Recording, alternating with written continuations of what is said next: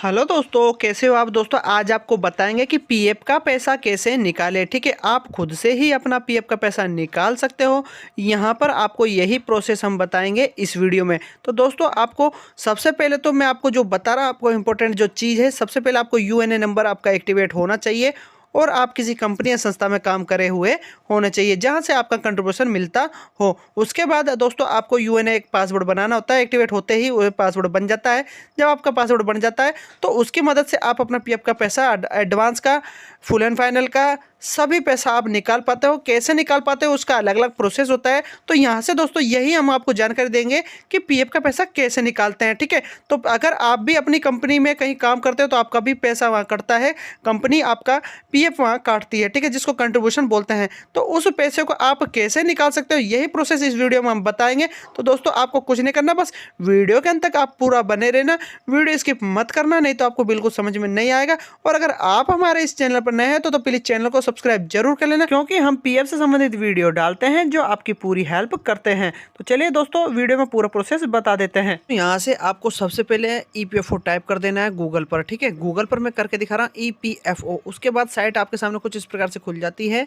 यहाँ से आपको यूएएन जहाँ पर लिखा हुआ है इस ऑप्शन पर आपको क्लिक कर देना है। मैं आपको दिखा भी देता हूँ ताकि आप कभी गलत ना करो। कभी कभी ईपीएफओ भी लिखा आ जाता है, कभी कभी यूनिफाइड पोर्टल भी लिखा आ जाता है। ठीक है, यूएनए को लॉगिन करने का ऑप्शन होता है ना, जो जैसे कि मैं आपको दिखा देता हूँ। ये परफॉर्मेंस जैसे मैं क्लिक करता हूँ तो यहाँ पर ये इस प्रकार से खुल जाता है। तो ये ऑप्शन आपको ईपीएफओ भी लिखा आ सकता है, यूनिफाइड पोर्टल भी लिखा आ सकता है कभी कभी, या फिर आपको यूएनए नंबर भी लिखा आ सकता है, यूएन। ठीक है ना, तो इस प्रकार से दोस्तों अब आपको साइन इन होना होता है। साइन इन होने के लिए आपको सबसे पहले यहाँ पर अपना यूएनए नंबर जो 12 डिजिट का है वह आपको डाल देना है। यहाँ पर एक पासवर्ड होता है, आप याद रखना, वो पासवर्ड कभी भूलना मत।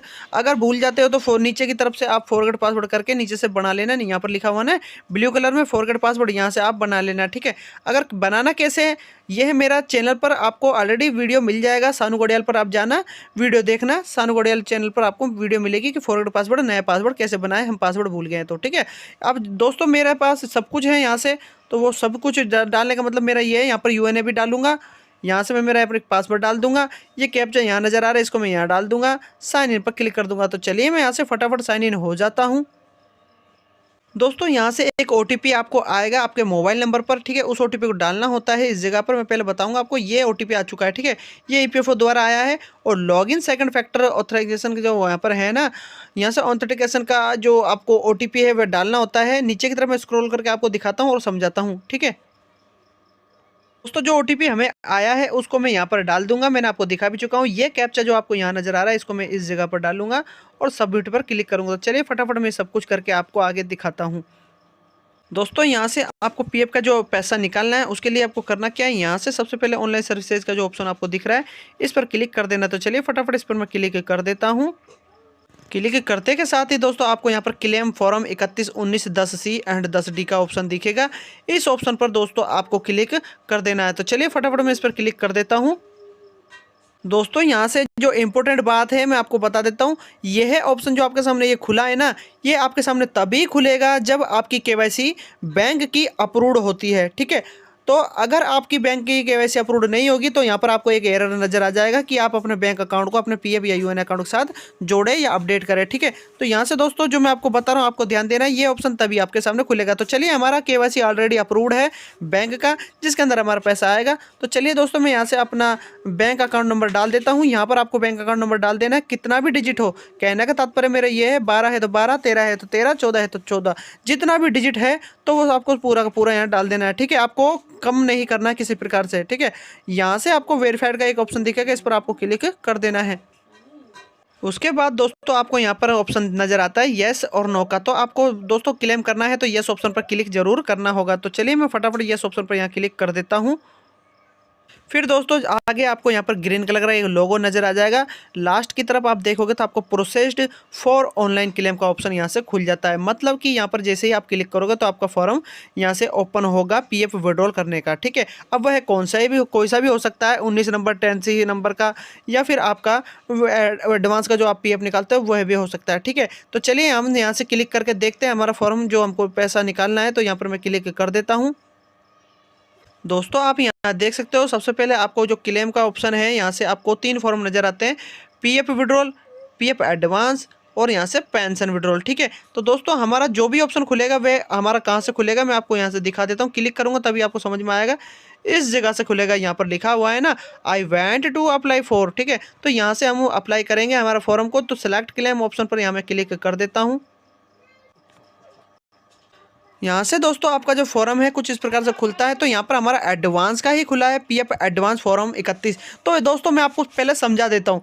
यहाँ से अगर आपका form I want to apply for पर जैसे ही आप क्लिक कर रहे हो और एडवांस का फॉर्म खुल रहा है, मतलब पीएफ एडवांस का ही फॉर्म ओपन आ रहा है या आपको लिखा आ रहा है कि पीएफ एडवांस 31 फॉर्म। ठीक है, तो दोस्तों इसका मतलब ये है कि आप अभी कंपनी में ऑन ड्यूटी हो और कंपनी में आप अभी कंपनी का पैसा एडवांस में ही निकाल सकते हो। ठीक है, अब आप दोस्तों ये सोचोगे कि कंपनी तो हमने छोड़ दी है, 3 महीना हो गया, 4 महीने हो गया, तब भी ये ऑप्शन क्यों नज़र आ रहा है। तो दोस्तों ये तब तक आपको नज़र आता है कि अगर आप कंपनी भी छोड़ देते हो, 2 महीना या 3 महीने से ज़्यादा हो जाता है, तो ईपीएफओ खुद आपको बोलता है कि एग्जिट डेट डालिए। अब एग्जिट डेट क्या होती है, इसका मतलब ये होता है कि आप कंपनी को कब छोड़े हो, तो वह डेट आपको खुद से भी अपडेट आप कर सकते हो। पहले क्या होता था, एम्प्लॉयर इसको ही कर पाता था, लेकिन अब एम्प्लॉय भी इसको कर सकता है। मतलब कि आप खुद से भी एग्जिट डेट डाल सकते हो।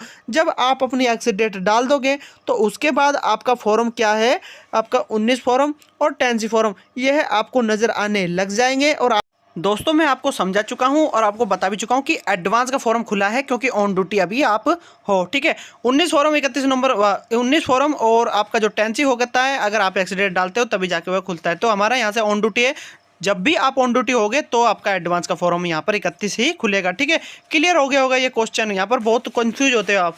ठीक है, यहाँ से सेलेक्ट सर्विस का जो आपको एक ऑप्शन दिखता है, तो सर्विस का मतलब यहाँ से एक आपको मेंबर आईडी चुननी होती है। अब मेंबर आईडी आपकी तभी आएगी जब आप किसी एक कंपनी में काम करते हो तो एक ही नज़र आएगी, अगर 2 करते हो तो 2 भी नज़र आएगी। ठीक है, तो वह आपको मेंबर आईडी नज़र आती है, उस पर आपको क्लिक कर देना है। अगर एक आती है तो एक पर ही क्लिक करोगे। अगर आपको 2 या 3 नज़र आती है, आपकी कंपनी में काम किए हो, तो आपको उसमें से ही एडवांस निकालना है जिसको आप सेलेक्ट करते हो। ठीक है, तो उसी में से निकल पाएगा। ठीक है, ये क्लियर होगा क्वेश्चन। दूसरा क्वेश्चन आपका बनता है कि आप जो जिस उद्देश्य के लिए अग्रिम की आवश्यकता है, वह जो आप पैसा निकाल रहे हो, मतलब कि आपको किस पर्पज से पैसा निकालना है, मतलब कि आपको किस पारा को यहाँ पर मतलब पर्पज को देना है। ठीक है, तो पारा यहाँ पर होता है, जैसे कि मैं आपको दिखा देता हूँ, सेलेक्ट एडवांस पारा यहाँ पर लिखा हुआ है। इस ऑप्शन पर क्लिक करके एक पारा सेलेक्ट करना होता है। ये ईपीएफओ का रूल है, जब तक आप अपना एक पारा सेलेक्ट नहीं करोगे तब तक आप अपना पीएफ का पैसा निकाल नहीं सकते। ठीक है, तो दोस्तों यहाँ से पारा को हम सेलेक्ट कर लेंगे और ये भी मैं आपको लाइव करके दिखाऊंगा। यहाँ से फिर होता है आवश्यक अग्रिम की राशि। आपको जो राशि चाहिए वह आपको इस ऑप्शन में डाल देनी है, जो रकम आपको चाहिए पीएफ एडवांस का पैसा निकालने के लिए। ठीक है, नीचे का एक ऑप्शन आता है एम्प्लॉय का एड्रेस। तो एड्रेस कैसे डालना है वह भी मैं आपको बताता हूँ। तो सबसे पहले जो ऑप्शन आपको ऊपर दिख रहे हैं, जैसे कि मैं आपको बता देता हूँ, एडवांस का क्लेम 31 सेलेक्ट हो गया है। अब सेलेक्ट सर्विस करेंगे, फिर हम ये वाला जो जिस उद्देश्य के लिए पैसा निकाल रहे हैं तो पारा सेलेक्ट करेंगे, पैसा डालेंगे, फिर एम्प्लॉय का बताता हूँ। तो लाइव में आपको डाल के दिखा देता हूँ। यहाँ से दोस्तों आपको दिखा देता हूँ, यहाँ पर इलनेस का ऑप्शन हमने चुना है, जो मैं आपको बोल रहा था ना पारा, तो पारे में हमने इलनेस का ऑप्शन चुना है। इसका मतलब बीमारी का ऑप्शन आता है। इसका मतलब ये होता है कि एडवांस में जो भी आप पीएफ का पैसा निकाल रहे हो, वह आप जो पर्पज आपने चुना है पारा, वह इलनेस बीमारी से संबंधित है। ठीक है, तो हमने इलनेस ऑप्शन को चुन लिया है।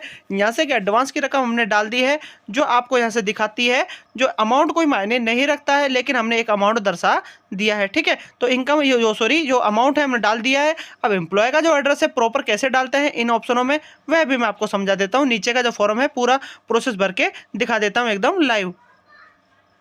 दोस्तों आगे का जो आपको फॉर्म भरना है उसके लिए आपको आधार कार्ड की ज़रूरत होगी। तो आधार कार्ड आपको हाथ में पकड़ लेना है या रख लेना है। उसके बाद जो आधार कार्ड के बैक साइड में आप देखना है एक एड्रेस होता है, वह सेम एड्रेस आपको यहाँ डाल देना है। आधा और आधा बचा हुआ, मतलब कि जो बचता है एड्रेस, वह आपको यहाँ डाल देना है। ठीक है, उसके जस्ट बाद आपको एक सेलेक्ट स्टेट करना है। अब स्टेट क्या होता है, ये आपका एक राज्य लगता है जिसके अंदर आप रहते हो, राज्य। ठीक है, तो राज्य एक सबका एक अपना अपना होता है, तो वह राज्य को आपको सेलेक्ट कर लेना है। उसके बाद आपको अपना डिस्ट्रिक्ट डाल देना है। यहाँ से डिस्ट्रिक्ट सेलेक्ट करना होता है। डिस्ट्रिक्ट सेलेक्ट करने के बाद में आपको एक सिटी डालना होता है। इस जगह पर सिटी आपका जो शहर लगता है। उसके बाद आपको एक पिन कोड नंबर डालना होता है 6 डिजिट का। 6 डिजिट का मतलब आपका 6 नंबर का पिन कोड होता है। अब आप बोलोगे वह कहाँ से मिलेगा, आपको कुछ नहीं करना, बस आधार कार्ड के बैक साइड में देखना, जहाँ पर एड्रेस होता है ना, वहाँ पर राज्य होता है। राज्य के जस्ट बगल में आप देखोगे तो आपको 6 डिजिट नजर आएगा, जो आपकी सिटी या डिस्ट्रिक्ट के अनुसार लगते हैं। ठीक है, तो यहाँ से ये क्लियर हो चुका है। अब आगे का जो नेक्स्ट ऑप्शन है ये भी हम आपको भर के दिखाएंगे अपलोड कैसे करते हैं चेक एंड पासबुक जिसके अंदर पैसा आता है। ठीक है, तो पहले ऊपर का एड्रेस मैं आपको भर के दिखा देता हूँ। मैं अपना एड्रेस है जो पूरा कंप्लीट भर चुका हूँ, इस जगह पर पूरा क्लियर भर दिया है। ठीक है, और जस्ट नीचे की तरफ का ऑप्शन भर के दिखाता हूँ upload scan copy of cheque and passbook का। यहाँ से दोस्तों आपको समझना है, यहाँ पर जो आप upload scan copy of cheque and passbook डालोगे यहाँ पर लिखा भी गया है, आप देख सकते हो। ठीक है, यहाँ तो या तो आपका चेक होना चाहिए या फिर आपका पासबुक होना चाहिए। ठीक है, उसको आपको फ़ोटो अपलोड करना होता है। इस जगह पर क्लिक करके चूज़ फाइल पर क्लिक करके याद रखना आपका जो फ़ोटो लगता है वह आपका यहाँ पर इस प्रोसेस के अनुसार लगना चाहिए। ठीक है, इस प्रोसेस में क्या है यह समझना आपको बहुत ज़रूरी है। यहाँ पर लिखा गया है only JPG and JPEG file of minimum 100 KB and maximum 500 KB size supported. मतलब यहाँ बोल रहा है कि अगर आप अपना जो साइज लगाते हो वह आपका JPG एंड JPEG के अंदर होना चाहिए और 100 KB से 500 KB मैक्सिमम साइज होना चाहिए, नहीं तो ये सपोर्ट नहीं करेगा। ठीक है, जिसके अंदर आपका बैंक अकाउंट वगैरह IFSC कोड वगैरह सब कुछ नज़र आना चाहिए। ठीक है, तो यहाँ से ये आपको क्लियर हो चुका है। आपका साइज जो होता है JPG और JPEG के अंदर होना चाहिए 100 KB and maximum 500 KB clear.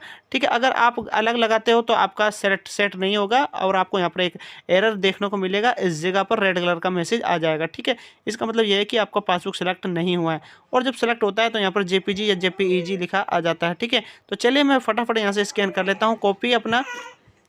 दोस्तों जब आपका फ़ोटो सेलेक्ट हो जाएगा तो यहाँ पर लिखा आ जाएगा कुछ इस प्रकार से, आप देख सकते हो। ठीक है, तो यहाँ इमेज है जो JPEG के अंदर आ चुकी है, तो ये सेलेक्ट हो चुका है। नीचे का जो प्रोसेस है उसके अंदर मैं आपको बता देता हूँ करना क्या है। यहाँ पर आपको एक प्रोसेस खुलता है नीचे की तरफ, यहाँ से दोस्तों आपको एक चौकोर का ऑप्शन दिखेगा, मैं तीर के निशान से आपको दिखा रहा हूँ और समझा रहा हूँ, इस पर आपको क्लिक कर देना। जस्ट उसके बाद आपको ब्लू कलर का यहाँ पर एक ऑप्शन दिखेगा जिसमें लिखा होता है गेट आधार OTP। ठीक है, अगर आपको नहीं दिख रहा है तो मैं आपको क्लिक करके दिखाऊंगा तभी आपको यहाँ पर शो करेगा।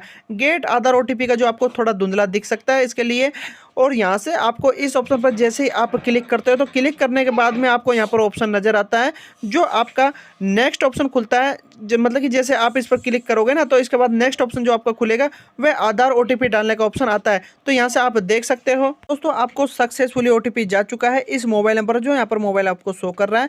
अब दोस्तों यहाँ पर आधार एंड OTP आपको यहाँ डाल देना है, एंटर OTP जहाँ लिखा हुआ है। उसके बाद दोस्तों यहाँ से अगर आपका OTP मतलब कि आपको टाइम पर नहीं पहुँचता है या OTP को मिले आपको 10 मिनट से ज़्यादा हो गया तो OTP आपको रिसेंट OTP पर क्लिक करके दोबारा मंगा लेना है। फिर जाके दोस्तों एंटर OTP जब आप कर देते हो वैलिडेट OTP सबमिट क्लेम पर आपको क्लिक कर देना है। Validate OTP and submit claim जो मैं आपको दिखा रहा हूँ यहाँ पर आपको क्लिक कर देना। जैसे ही आप दोस्तों इस ऑप्शन पर क्लिक करते हो तो आपका फॉर्म जो सबमिट हो जाता है यूनिफाइड पोर्टल पर। फिर दोस्तों आपका यहाँ से जो फॉर्म है OTP has been verified KYC update जो यहाँ पर लिखा हुआ है, इसका मतलब आपका फॉर्म है जो PF का विड्रॉल का वह भर चुका है यूनिफाइड पोर्टल पर और सबमिट हो चुका है और सक्सेसफुली का एक मैसेज भी आपको आ चुका है। इसका आप PDF भी डाउनलोड कर सकते हो, अगर PDF आपको डाउनलोड करना है तो कर भी सकते हो या फिर कोई ज़रूरी नहीं है। और उसके बाद दोस्तों जिसका पैसा आने का प्रोसेस होता है वह कम से कम आपका 7 डेज़ का प्रोसेस लगता है एडवांस में। अगर फुल एंड फाइनल निकालते हो तो यह आपका कम से कम 12 से 14 दिन का समय होता है आपका पैसा विड्रॉल का जो आप विड्रॉल कर रहे हो वह आपका अकाउंट तक पहुंचने में ये समय होता है। वैसे तो ज़्यादातर जो रीजनल ऑफिस होते हैं उनके ऊपर डिपेंड करता है वह कितने दिन में इनको सेटल्ड करें। तो आशा करता हूं दोस्तों इस वीडियो के माध्यम से आपको पूरा प्रोसेस मैंने समझा दिया है, PF विड्रॉल करना आप सीख गए होंगे। तो दोस्तों कैसा लगा मेरा वीडियो? अगर मेरा वीडियो आपको पसंद आए तो लाइक करें, आगे शेयर करें और PF से संबंधित हर जानकारी पाने के लिए मेरा चैनल सब्सक्राइब करना ना भूलें। धन्यवाद।